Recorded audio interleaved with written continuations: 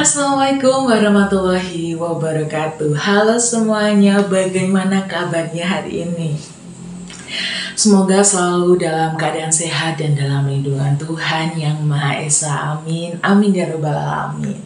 Nah teman-teman, ngomong-ngomong nih, waktu saya masuk ke venue ini ya, jadi saya sekilas melihat teman-teman ini banyak yang ternyata lebih fokus kepada gadget masing-masing ya daripada ngobrol satu sama lain. Tapi teman-teman memang tidak dapat dipungkiri ya bagaimana gadget ini sangatlah berpengaruh di kehidupan kita, yaitu generasi milenial atau lebih sering dikenal sebagai Gen Z.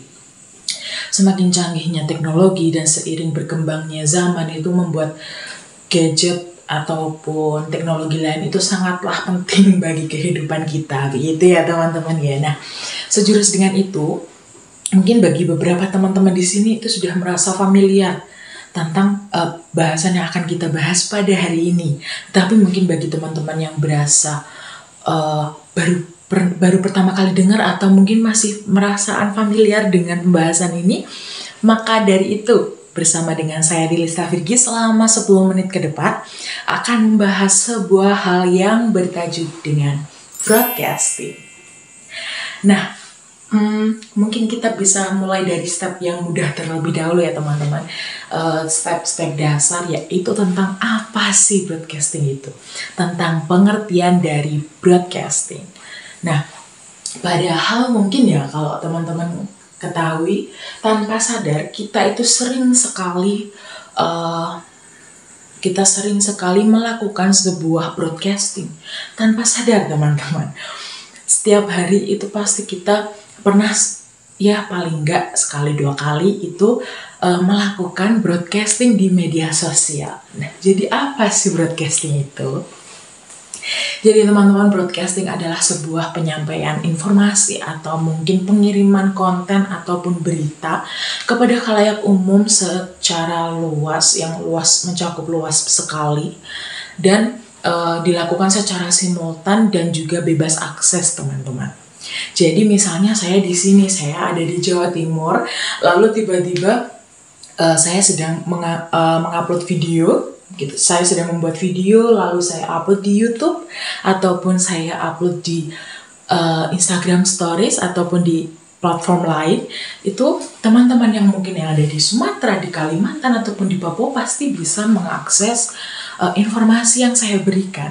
Nah, itu secara tidak langsung merupakan sebuah broadcasting teman-teman.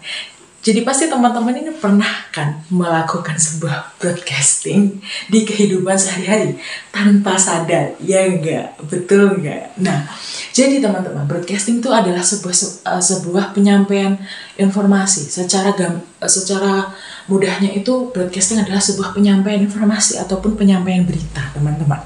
Begitu. Nah, lalu dalam sebuah broadcasting sendiri itu terdapat beberapa karakteristik utama. Tadi juga sudah sempat saya singgung, yaitu karakteristik yang pertama ada simultan, lalu ada bebas akses. Nah, simultan di sini itu diartikan sebagai penyampaian atau pengiriman informasi yang dilakukan kepada khalayak umum, kepada masyarakat yang luas, tetapi dilakukan secara tidak berurutan atau secara terjadwal. Jadi pengirimannya itu sesuai dengan kemauan saya. Seperti misalnya saya pagi ini tiba-tiba ingin upload informasi atau mengupload sebuah berita begitu.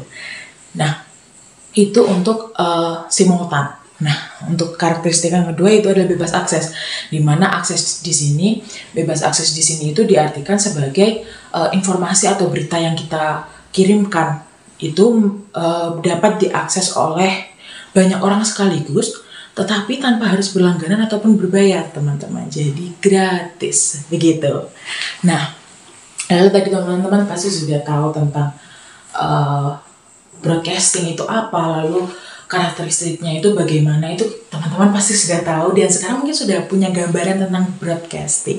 Nah, lalu selanjutnya kalau misalnya tadi sudah saya jelaskan atau misalnya tadi sudah dijelaskan kalau ternyata kita tuh secara tidak langsung melakukan sebuah broadcasting. Lah, tapi kita lewat medianya apa aja ya? Nah, Media dari broadcasting sendiri itu yang sering kita gunakan ya teman-teman, itu ada dua, yaitu ada internet broadcasting dan juga ada media sosial. Padahal sebenarnya kalau ditelusuri dengan sejarahnya juga, itu ada 4 teman-teman, yaitu ada radio dan juga ada televisi.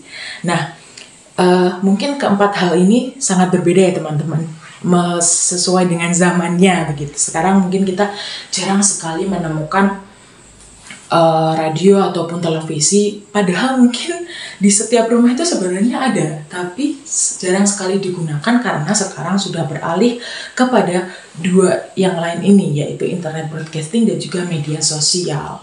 Nah, karena memang tidak dapat dipungkiri ya teman-teman, persebaran berita atau informasi melalui media sosial itu sangatlah cepat, lebih efisien, dan juga daya cakupnya itu lebih luas.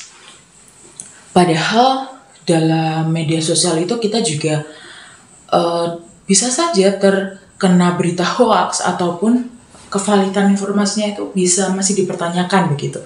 Nah, kita sebagai generasi milenial itu harus pintar dalam mengelola sebuah informasi teman-teman. Jadi tidak langsung mendapat informasi lalu kita serap dan kita percaya gitu. Tidak, jangan ya teman-teman. Jadi kita sebagai generasi milenial atau Gen Z itu harus pintar dalam memisahkan informasi mana yang harus dipercaya, informasi mana yang dapat kita serap, dan informasi mana yang patut kita sebarkan, dibandingkan dengan kita dapat kabar atau dapat informasi, kita langsung forward aja, kita langsung teruskan saja ke orang lain. Padahal berita tersebut itu belum valid, berita tersebut itu belum benar adanya gitu. Nah, kita sebagai generasi milenial harus dapat membuktikan atau memberikan validasi terkait informasi tersebut. Jadi kita bisa searching terlebih dahulu dari platform-platform lain atau dari sumber-sumber lain tentang kevalitan berita tersebut. Nah, memang agak rawan ya teman-teman kalau dari broadcasting sendiri, karena memang sekarang zamannya juga sudah canggih dan sangat sering disalahgunakan karena mudahnya akses dari internet sendiri. Begitu teman-teman, itu untuk media broadcasting yang secara tidak langsung ternyata di kehidupan sehari-hari kita itu sudah melakukan sebuah broadcasting ya teman-teman. Nah, mungkin jadi teman-teman sekarang sudah punya gambaran ya tentang broadcasting itu apa sih, dari yang tadi masih apa sih broadcasting? Emang broadcasting tuh ada ya? Memang ada yang mau tekun di bidang broadcasting. Nah, sekarang teman-teman menjadi punya sedikit gambaran tentang broadcasting itu sendiri ya teman-teman. Nah, mungkin itu tadi ya tentang pembahasan broadcasting yang dapat saya sampaikan ke teman-teman.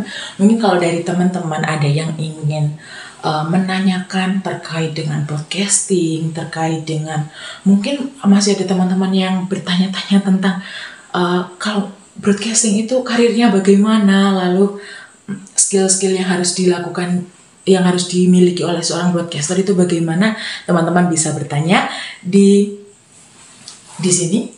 Ya, itu sebuah media yang bisa dihubungi untuk menghubungkan dengan saya, bisa melalui WA atau bisa melalui dengan Instagram ataupun email. Jadi teman-teman bisa menanyakan hal tersebut, nanti akan saya jawab di lain kesempatan. Begitu teman-teman, terima kasih atas perhatiannya. Jadi mungkin setelah ini teman-teman jadi lebih punya bayangan ya tentang broadcasting itu sendiri. Baik, terima kasih teman-teman atas perhatiannya. Mungkin jadi kalau misalnya teman-teman ada pertanyaan bisa langsung ditanyakan di bawah sini ya. Oke, terima kasih atas perhatiannya. Wassalamualaikum warahmatullahi wabarakatuh. Sampai jumpa di lain waktu.